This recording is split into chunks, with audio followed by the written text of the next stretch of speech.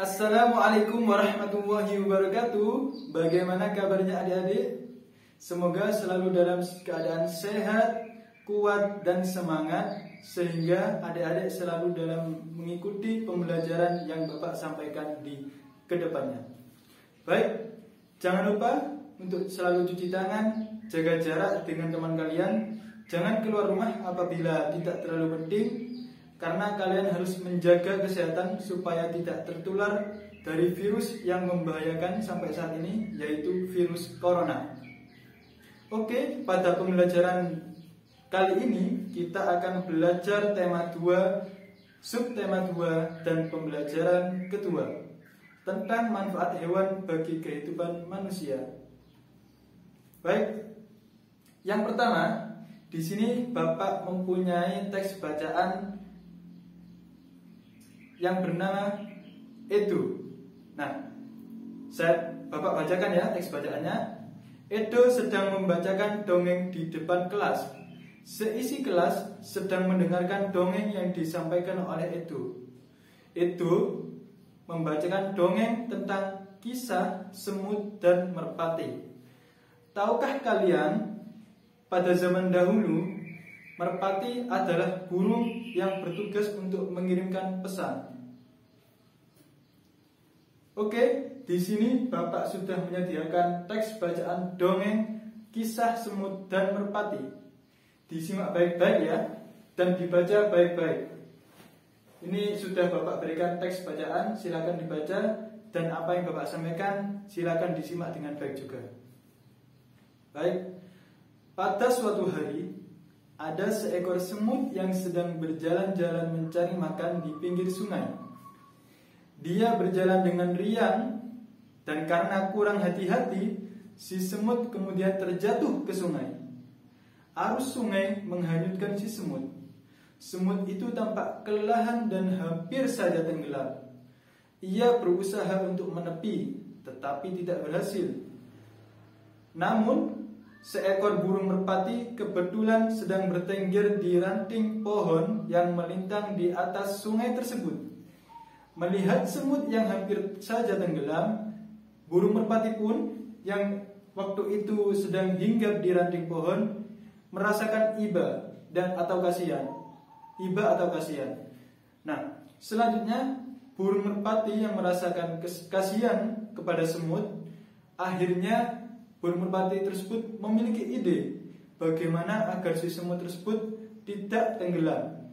Akhirnya burung merpati tersebut memetik salah satu daun di ranting pohon tersebut, kemudian menjatuhkannya di sungai. Nah, kemudian akhirnya semut tersebut pun naik ke atas daun yang sudah dijatuhkan oleh burung merpati. Si semut pun akhirnya selamat dan tidak jadi tenggelam. Tidak lama kemudian, sang semut melihat seorang pemburu sedang mengendap-endap berusaha mendekati burung merpati yang telah menolongnya tadi. Semut menyadari bahaya sedang mengintainya. Mengintai burung merpati tersebut. Kemudian ia segera berlari mendekati pemburu dan menggigit kaki pemburu. Pemburu itu pun nampak terkejut sekali dan merasakan kesakitan karena digigit oleh si semut itu. Si pemburu tersebut akhirnya lari ketakutan karena juga dia merasakan kesakitan oleh kakinya tersebut. Nah, dengan kejadian tersebut, akhirnya burung merpati pun selamat dari kejaran pemburu yang ingin memburunya.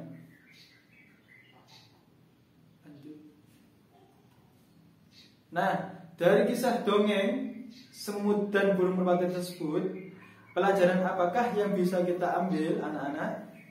Oke, kita akan bahas bersama.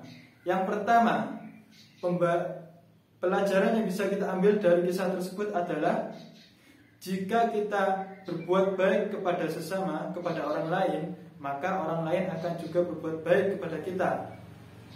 Nah, oleh karena itu, berbuat baiklah kepada siapapun, karena pasti nanti perbuatan baik itu akan dibalas dengan perbuatan baik juga. Yang kedua, pelajaran yang bisa kita ambil dari kisah dongeng dan kisah semut dan merpati tersebut adalah kita harus saling tolong-menolong kepada sesama. Nah, jiwa tolong-menolong itu harus adik-adik tanamkan pada diri.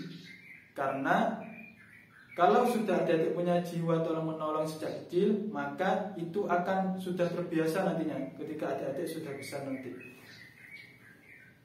Baik. Oke, di sini Bapak memiliki teks bacaan yang kedua, bisa dilihat di sini. Nah, ini teks bacaannya berjudul Benny dan Ayah. Benny memelihara ayam di rumah karena ia menyukai binatang. Ayah dan Benny membuatkan kandang ayam. Setiap hari, Benny memberi makan dan minum kepada ayam-ayamnya. Ayam-ayamnya pun sudah ada yang bertelur. Benny bertugas mengumpulkan telur-telur itu. Ayah Benny juga menyukai binatang.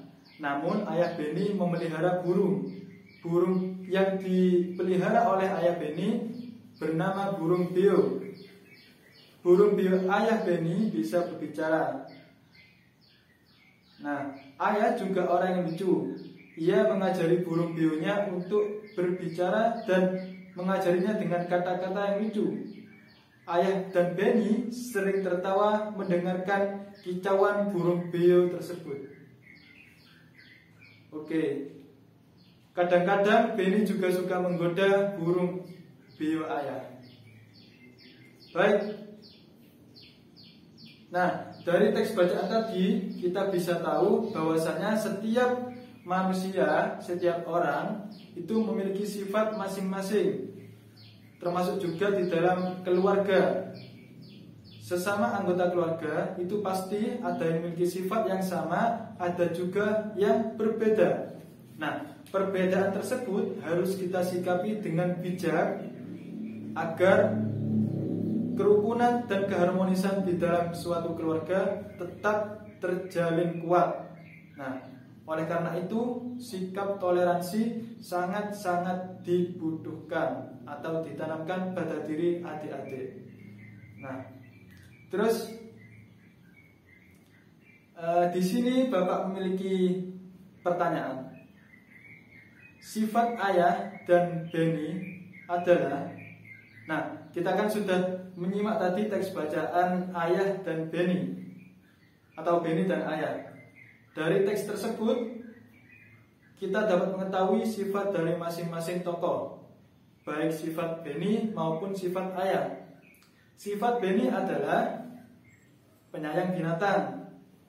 Kemudian lucu karena seringkali Benny juga menggoda burung beo ayah. Oke, Benny juga anak yang suka membantu. Di teks bacaan tersebut, Benny membantu ayah untuk membuatkan kandang burung beo.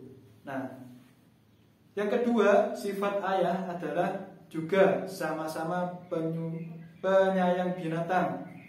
Nah, kemudian ayah juga memiliki sifat saling membantu atau tolong-menolong. Ayah juga membantu Benny dalam membuatkan kandang ayamnya. Nah, ayah juga termasuk orang yang suka bercanda atau lucu. Seringkali ayah Benny mengajarkan kepada burung beonya dengan kata-kata yang lucu. Nah, itu adik dua teks bacaan yang sudah kita simak bersama-sama tadi. Yang pertama tentang kisah semut dan burung merpati, yang kedua tentang Benny dan ayahnya. Baik, kita simpulkan pembelajaran pada pertemuan kali ini. Kesimpulan yang bisa kita ambil dari pembelajaran kali ini adalah kita harus memiliki sifat tolong-menolong, karena sifat tersebut adalah sifat terpuji dan harus ditanamkan pada diri adik-adik semua. Kemudian yang kedua adalah kita harus berbuat baik kepada sesama.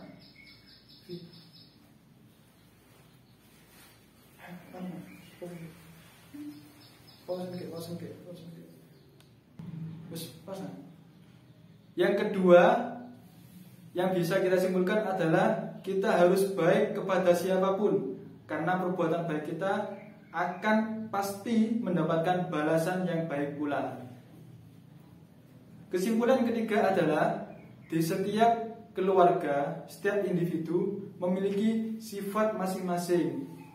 Apabila kita menemukan perbedaan sifat antara individu lain dengan kita, maka kita harus menanamkan kuat pada diri kita jiwa toleransi, sehingga tetap terjalin suatu kerukunan dan keharmonisan di dalam kehidupan.